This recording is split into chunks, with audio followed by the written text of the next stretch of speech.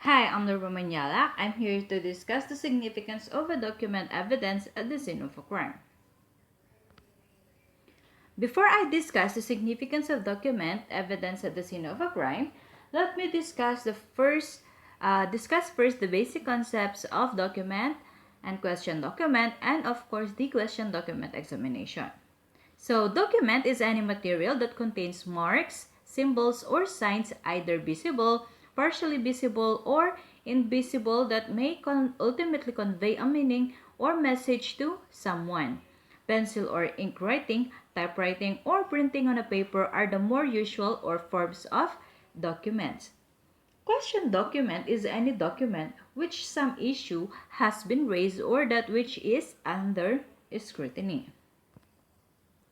Question document examination is a term for a forensic science discipline pertaining to documents that are potentially disputed in a court of law. It is also called as forensic document examination, and its purpose is to provide evidence that is about a suspicious or questionable document using scientific processes and methods. Documents are often overlooked at the crime scene, usually by the overzealous investigator. Often, documents can give a history or help explain the basis of a crime. They can be in any form as people in the field know that a document is anything bearing the thought of man. In other words, it can be a credit card bearing a signature, or it could be a door with graffiti written on it.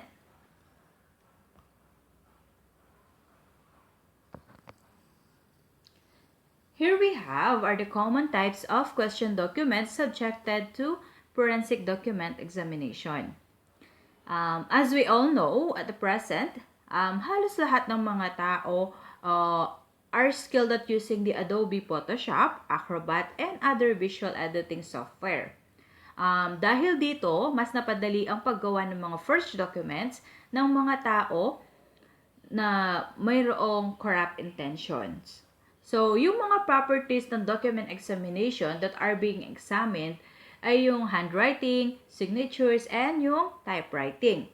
So, some of the common types of question documents subjected to forensic document examination are wills, checks, bank jobs, agreements, receipts, laminated documents, photocopied documents, stamp papers, passport, ID cards, licenses, currency notes, and of course, suicide notes. Sometimes, even documents that do not bear any visible mark is subjected to a forensic document examination. So, for example, yung mga documents that were kept below other documents. While writing may contain impression, evidence. So, here are yung mga invisible na marking kasi as long as it conveys meaning to someone. So, yun. So, even yung mga burned or shredded documents can give significant leads to investigation if they are reconstructed. The next one we have is the applications of question document examination. So, as we all know, document examiners have a crucial role to play in document investigations involving a documentary evidence. So, let's say a suicide note is found at the investigation scene. Forensic document examination helps answer questions whether the note was written by a deceased or someone trying to manipulate investigators. In such cases, handwriting examination is applied to compare the handwriting with original samples collected from the scene. This branch of forensic science has significant application in a wide range of cases from homicides to kidnappings and to medical malpractices. Some some example of homicide or one example of homicide is yung mga kuno na nag-suicide daw yung victim, but the truth is pinatay pala siya. So sa kidnapping naman, yung mga ransom letters na pinapadala sa family ng victim. With regards sa medical malpractices, yung mga medical records na can be used to demonstrate medical negligence. Like for example, nakalagay dun sa medical record mo na i-operahan ka sa kaliwang bahagi ng iyong tiyan, ganun. But you are operated in the wrong side. So, yung medical records na yan, yun yung magpo-prove that there was really a negligence.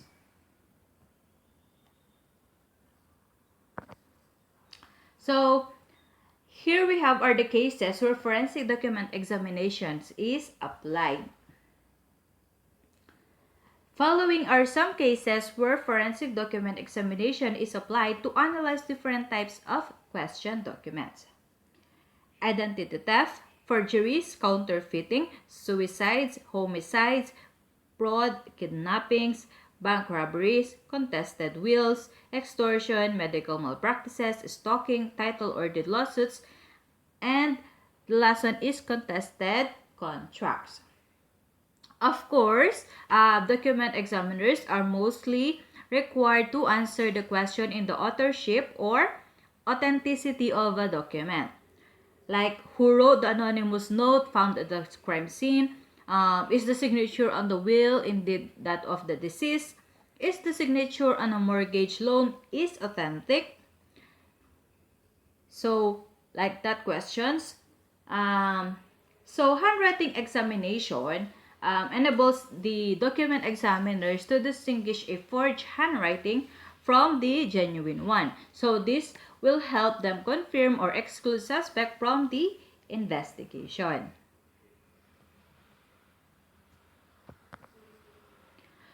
Under the rules of court, Rule 130, Section 2, a documentary evidence consists of writings or any material containing letters, words, numbers, figures, symbols, or other modes of written expression offered as a proof of their contents.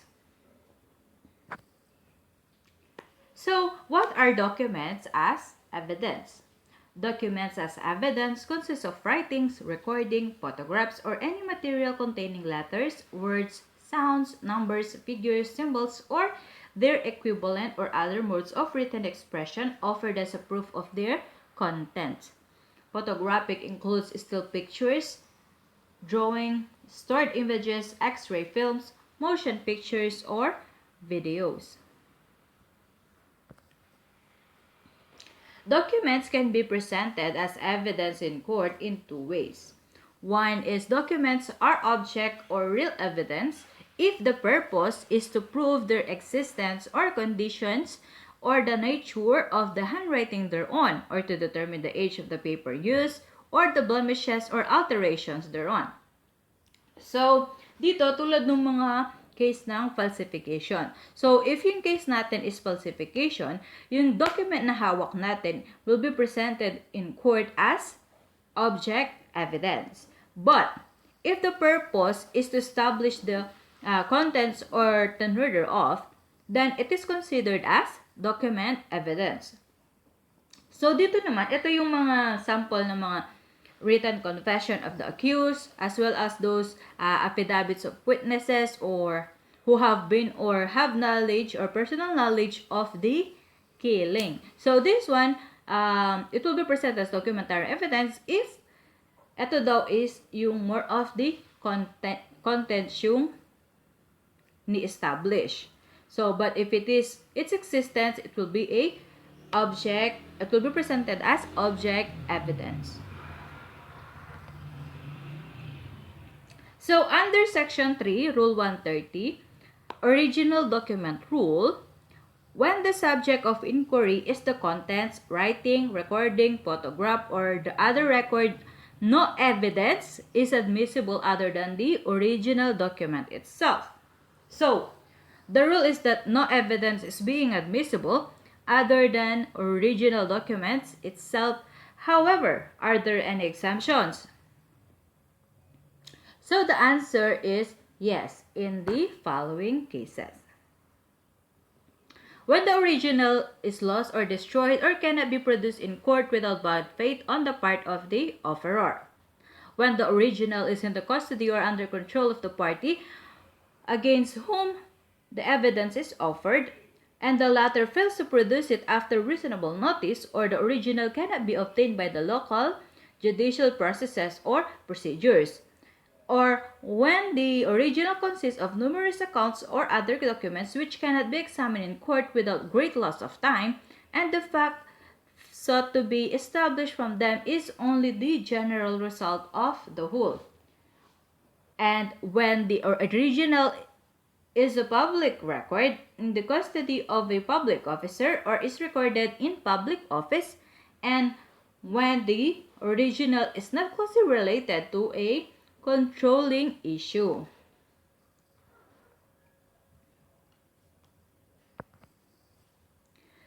The best evidence rule applied to a documentary evidence operate as a rule of exclusion that a secondary or substitutionary evidence cannot inceptively be introduced as original writing itself and must be produced in court except in the instances mentioned before. So, what are considered originals of a document? They are the following. An original of a document is the document itself or any counterpart intended to have the same effect by a person executing or issuing it. An original of a photograph includes the negative or any print therefrom. If the data is stored in a computer or similar device, any printout or other output readable by sight or other means shown to reflect the data accurately is an original. A duplicate is a counterpart produced by the same impressions as the original or from the same matrix or by means of photograph or photography including enlargement and miniatures, or by mechanical or electronic re-recording, or by chemical reproduction, or by other equivalent techniques which accurately reproduce the original. So, a signed carbon copy executed at the same time as the original is known as the duplicate original. So, best example of this one are the receipts that are carbon copied. A duplicate is admissible to the same extent as original unless it have a genuine question is raised as to the authenticity of the original, or in the circumstances it is unjust and or inequitable to admit the duplicate in lieu of the original. So this is under section 4 of Rule 130. Like for example, Xerox copies. In addition, multiple copies produced from the printer or computer, but the same must be at near the time of transaction. So, if it is reproduced at a very much later time, then it is only considered as secondary evidence. So, yun. So, if you kapag doon nagpo-photocopy kayo, they are considered original basta yung time na yun. But if it is kung pinapotocopy mo siya later on, secondary evidence na lang siya nun.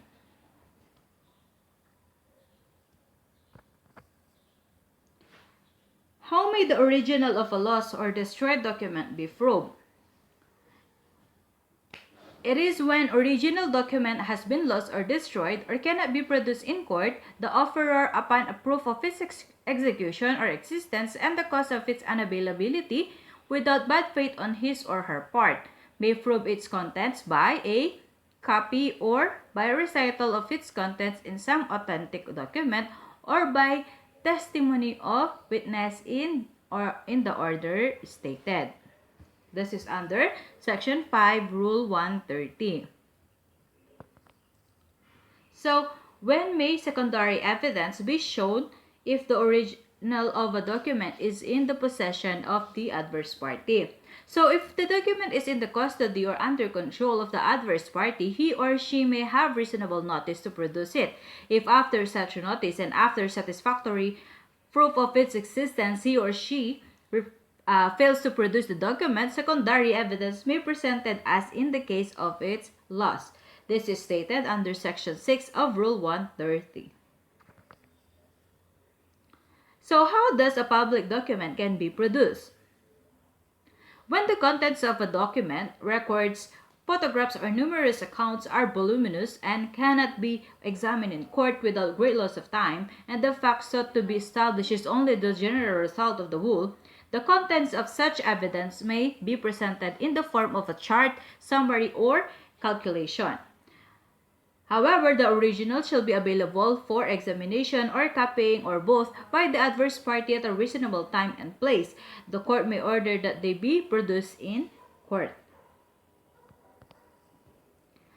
Finally, we have under Section 7 of Rule 130, it states that when the original of a document is in the custody of a public officer or is recorded in a public office, its content may be proved by a certified copy issued by the public officer in the custody thereof. So once again, I'm Lerma Manялak and thank you for listening.